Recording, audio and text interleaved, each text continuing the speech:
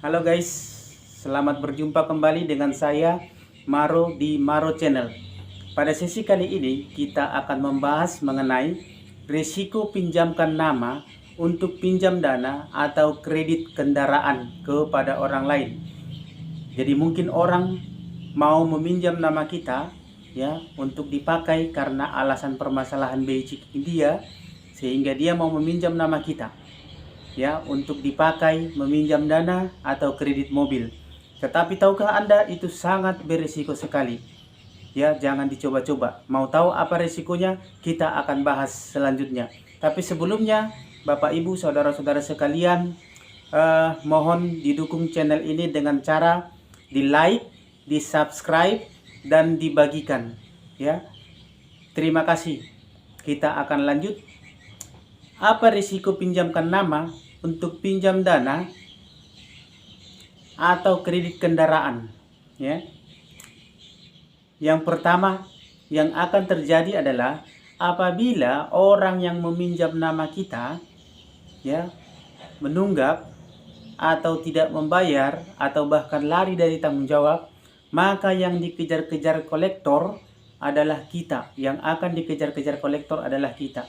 Kolektor tidak mau tahu ya, tidak mau tahu tentang pihak ketiga tadi yang meminjam nama kita. Yang mereka tahu adalah kita ya, yang meminjamkan nama, karena yang tanda tangan kontrak adalah kita, yang mengajukan permohonan adalah kita ya, dan yang tertera namanya di kontrak kredit adalah kita. Oleh karena itu maka mereka hanya akan mengejar kita dan tidak mau tahu yang lain ya. Risikonya kita yang akan dikejar-kejar oleh leasingnya atau pembiayaannya atau perbankannya atau bahkan koperasi ya, kalau koperasi. Baik, yang kedua, kita akan kena BI checking ya apabila dia menunggak atau dia tidak bayar atau agunannya ditarik ya, kita yang akan kena BI checking. Konsekuensinya atau risikonya, kita tidak bisa pinjam lagi karena SLIK, sistem layanan informasi keuangan kita yang disebut dulu dengan BI checking, itu sudah rusak ya, sudah terkena blacklist di daftar BI checkingnya ya. Oleh karena itu kita akan bermasalah di sana dan kita tidak akan bisa meminjam lagi atau akan sangat susah sekali untuk disetujui pengajuan kita apabila suatu saat kita butuh ya, butuh dana, butuh kendaraan, kredit kendaraan, butuh KPR ya, kredit kepemilikan rumah, kita akan kena dampaknya. Oleh karena itu jangan pernah mau meminjamkan nama untuk dipakai oleh siapapun, baik saudara, teman, tetangga, atau bahkan orang tua sekalipun, karena kita yang akan menanggung risikonya. Kemudian yang ketiga, otomatis pasangan kita juga ya akan terkena dampaknya juga. Pernah ada seorang lajang meminjamkan namanya kepada saudaranya karena usahanya bagus ya, dipinjamkanlah namanya kepada abangnya ya. Kemudian abangnya menunggak pada saat dia masih lajang meminjamkan nama ini. Nah, setelah dia menikah, suatu ketika istrinya butuh sokongan dana, oleh karena usahanya lumayan lancar. Lalu dibuatlah pengajuan pinjaman. Oleh karena si kawan tadi ini pernah bermasalah dengan BI checking ya, pernah bermasalah dengan pembiayaan.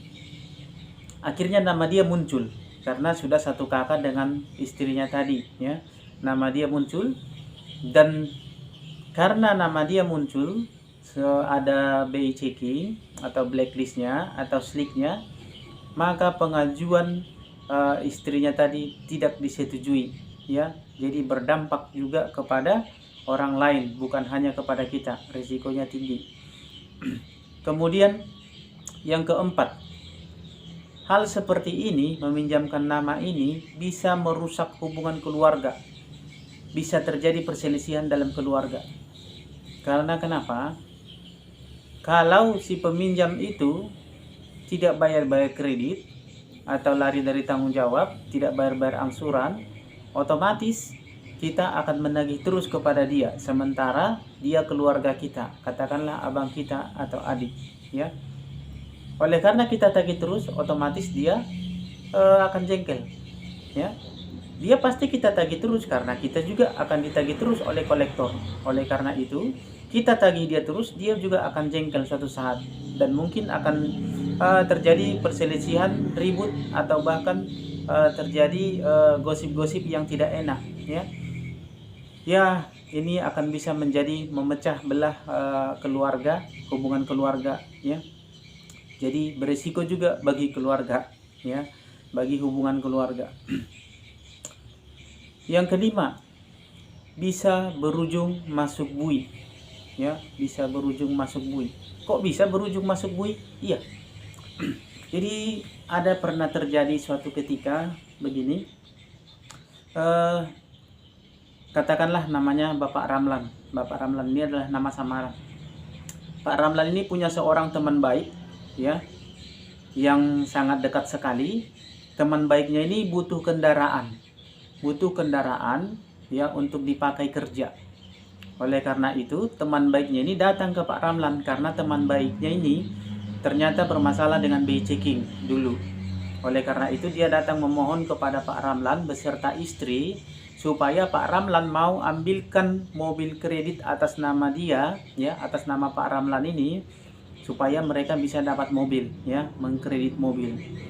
Lalu Pak Ramlan pun setuju bersama dengan istri. Singkat cerita, mereka adakan pengajuan disetujui dan mobil pun bisa dipakai oleh temannya tadi.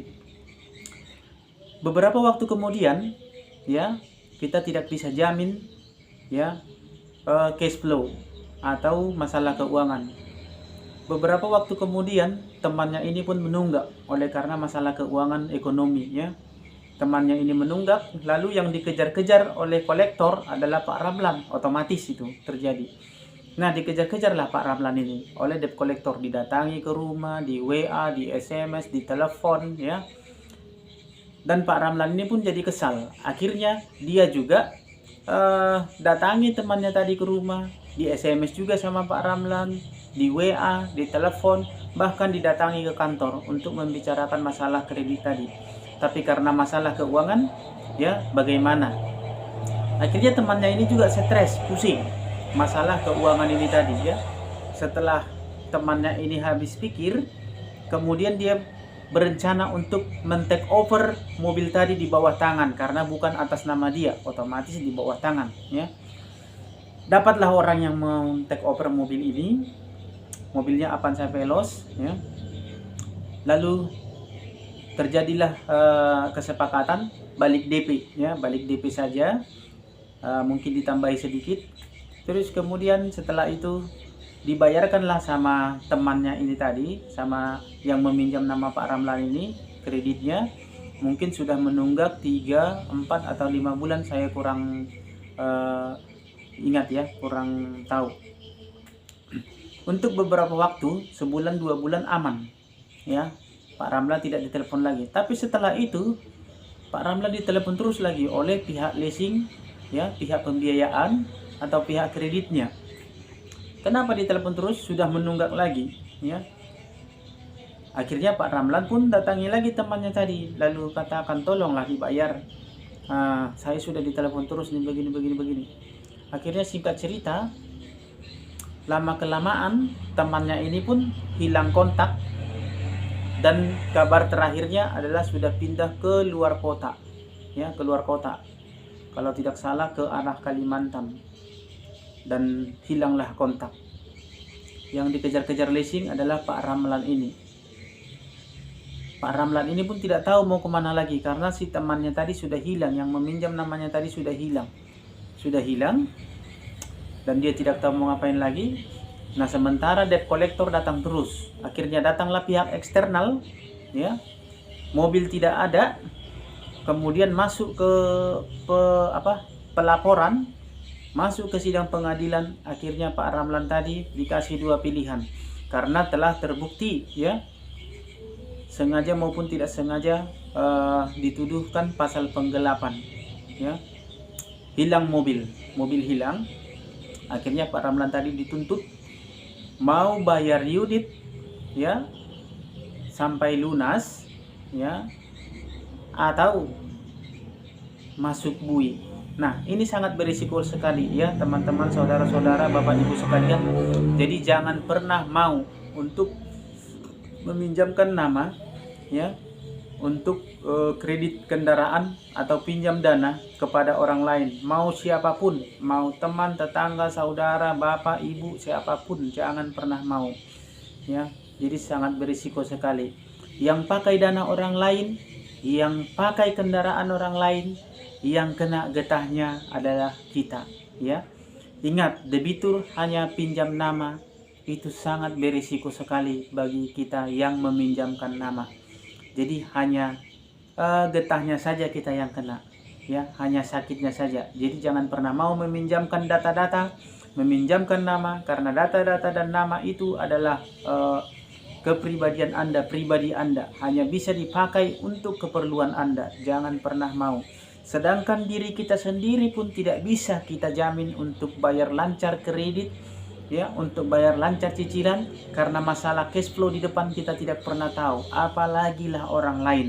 Jadi jangan pernah mau, ya, meminjamkan nama, meminjamkan data-data untuk dipakai oleh orang lain. Bukannya kita tidak mau membantu orang lain, tapi bantulah orang lain dengan cara lain daripada dengan cara yang akan memberatkan kita di belakang atau di kemudian hari, atau bahkan yang membuat kita bisa berurusan dengan hukum di kemudian hari. Semoga bermanfaat bagi Bapak Ibu sekalian. Terima kasih telah menonton YouTube ini. Salam sahabat.